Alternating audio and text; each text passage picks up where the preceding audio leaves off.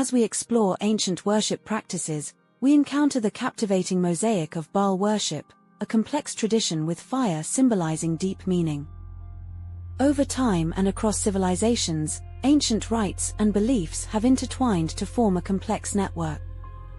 This network explores human spirituality and the interplay of light and darkness. Baal worship incorporated certain aspects of Tammuz worship, particularly those pertaining to fertility and the cycles of the seasons. Tammuz iconography, which included symbols of fertility and harvest, was closely associated with Baal worship. By undergoing assimilation, Tammuz's symbolic significance was effectively maintained within the context of the Baal cult. The practice of worshipping Baal was widespread, extending its influence across the regions of Canaan and Mesopotamia. In ancient societies, both Baal and Tammuz, who were deities associated with storm and fertility, held significant power and influence. During times of drought and famine, people lived in constant fear of him, going to great lengths to appease him and avoid his anger. While we delve deeper into the ancient temples dedicated to Baal, an unsettling revelation begins to surface. A dark history of relentless sacrifices and horrifying rituals performed in his honor. Due to its association with child sacrifice, the name of Baal has been tainted, greatly impacting his reputation. The act of burning sacrifices taints his worship by spilling innocent blood. Baal's influence is not limited to temples alone, but rather extends to include the worship of obelisks as well. There is a strong connection between the belief in divine presence and the practice of fire veneration. The act of worshipping fire was a widespread practice observed in various civilizations, which served as a powerful demonstration of their profound respect for the elemental forces. As the sacred fires burn, the line that separates adoration and fixation becomes increasingly blurred. The devoted worshippers, in their fervent dedication, went beyond the act of prayers and resorted to sacrificing human lives as a demonstration of their extreme devotion and the inherent perils associated with it. Oblivious to their surroundings, they persisted in their worship of the Prince of Darkness, enveloped by the aromatic fragrance of incense and the mesmerizing glow of flickering candles. Phallic symbols can be found in various locations worldwide, including the Vatican, Washington, D.C., London, and Paris.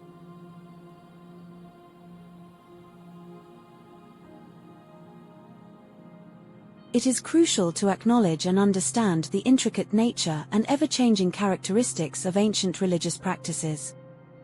Additionally, it is important to recognize how different deities and their qualities were merged or combined across various cultures and throughout different eras.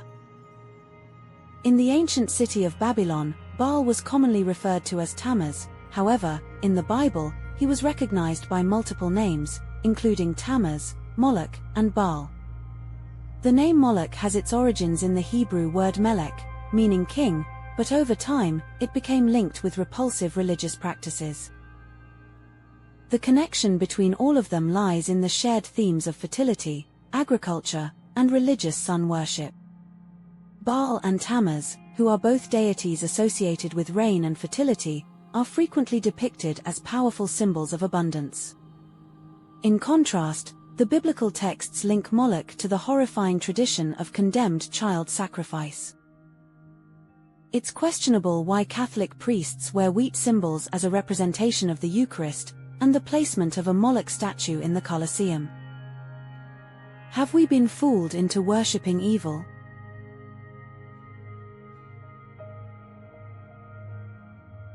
The concepts of fertility and creation are common themes shared by both phallism and solar cults. Symbolically, the sun is associated with the generative power of the phallus, as it is recognized as a source of life and energy. Phallism is the veneration of the male genitalia as a symbol of fertility, potency, and divine power. In the ancient civilization of Egypt, the phallus held great significance as it symbolized the concepts of fertility and regeneration. The ancient cults of Osiris, who was also known as Tammuz in Babylon, were devoted to worshipping his physical form, which was believed to possess the power of renewing life. The phallus was celebrated in ancient Greece as a symbol of fertility. The phallic symbol in plays and rituals represented fertility and abundance in a comedic way. The Roman culture used the phallus as a charm for protection and good luck. It was often portrayed in art and served as a powerful talisman. The followers of solar cults hold deep respect and veneration for the sun, as they attribute to it the status of a deity or a sacred force. The ancient religions attached great importance to the sun because it symbolized essential elements like life, light, and energy.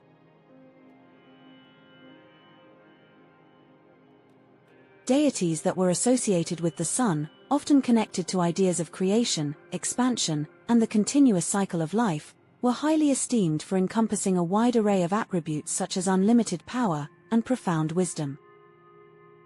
The worship of the sun god Sol, who was also referred to as Sol Invictus or the unconquered sun, held a significant and revered position in the religious customs of ancient Rome. In the era of the Roman Empire, the cult associated with him gained substantial recognition, to the extent that certain early Christians even embraced it, viewing it as a symbolic representation of Christ. It was common in certain ancient religious practices to depict solar deities together with phallic symbols, as a way to emphasize their importance in terms of fertility and the generation of life. It is important to mention that in various rituals and iconography, the sun was frequently associated with symbols of fertility. This association aimed to highlight the sun's crucial role in fostering agricultural abundance and its remarkable capacity to generate life. Ezekiel 8:16. And he brought me into the inner court of the Lord's house, and, behold, at the door of the temple of the Lord, between the porch and the altar, were about 25 men, with their backs toward the temple of the Lord, and their faces toward the east, and they worshipped the sun toward the east. Deuteronomy 1:7-3. If there be found among you, within any of thy gates which the Lord thy God giveth thee, man or woman, that hath wrought wickedness in the sight of the Lord thy God, in transgressing his covenant, and hath gone and served other gods, and worshipped them, either the sun, or moon, or any of the host of heaven, which I have not commanded. The cross held great significance in numerous ancient cultures as it was commonly associated with the sun, primarily because its lines emanating from the center resembled its radiant rays. Individuals who followed ancient Persian concepts, specifically within the Mithraic tradition, would adorn their foreheads with crosses or other symbolic representations as a way to symbolize the sun. The practice of marking the forehead with crosses or other symbols representing the sun, which was not unique to Mithraism, was adopted by other cultures as well. Other ancient religions and mystery cults that worshipped solar deities also had similar practices that were observed. In the early stages of Christianity, there was a significant adaptation and transformation of various symbols and practices from earlier pagan religions, such as Mithraism. Originally associated with solar worship, the cross eventually became a central symbol in Christian iconography. The incorporation of solar symbols and rituals into Christianity and other religions serves as a testament to the enduring nature of religious practices, showcasing their ability to adapt and evolve across various cultural and historical contexts. The incorporation of these symbols into subsequent religious traditions, such as Christianity, serves to emphasize the lasting impact of these ancient customs. Within this context, the cross held significant meaning as a symbol representing the divine power of the sun. Today we see multi-million corporations using either the name or symbol of this celestial body. In numerous ancient cultures, the swastika holds significance as a symbol representing the sun. Across various civilizations spanning thousands of years, the symbol has been utilized and holds a multitude of interpretations, with its connection to the sun being one of the most notable. The swastika holds immense significance in Hinduism, Buddhism, Jainism, Native American tribes and ancient China. The design of the swastika, with its rotational symmetry, is a representation of the sun's movement across the sky and the cyclical nature of seasons.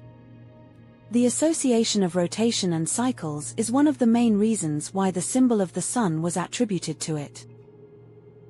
Solar deities like Baal and Tammuz are frequently linked to cross symbols like the swastika, which is commonly found in myths and symbols related to the sun. Throughout history, the swastika has held a positive connotation as it symbolizes various aspects such as life, light, and good fortune, primarily due to its strong affiliation with the sun and its crucial contribution in supporting life on our planet. In the 20th century, the swastika, which had a different meaning prior to that time, underwent a significant transformation in the Western world as a result of its appropriation by the Nazi Party in Germany. The Nazis adopted it as a symbol of their ideology of fake news and fabricated enemy, which resulted in its strong association with notions of hatred, racism, and genocide. It is important to distinguish between the ancient, positive uses of the swastika and its modern misuse by the Nazis. The original symbolism of the swastika as a sun symbol and a sign of good fortune remains significant in many pagan cultures. Deuteronomy 4:19. And take heed, lest you lift your eyes to heaven, and when you see the sun, the moon, and the stars, all the host of heaven, you feel driven to worship them and serve them, which the Lord your God has given to all the peoples under the whole heaven as a heritage.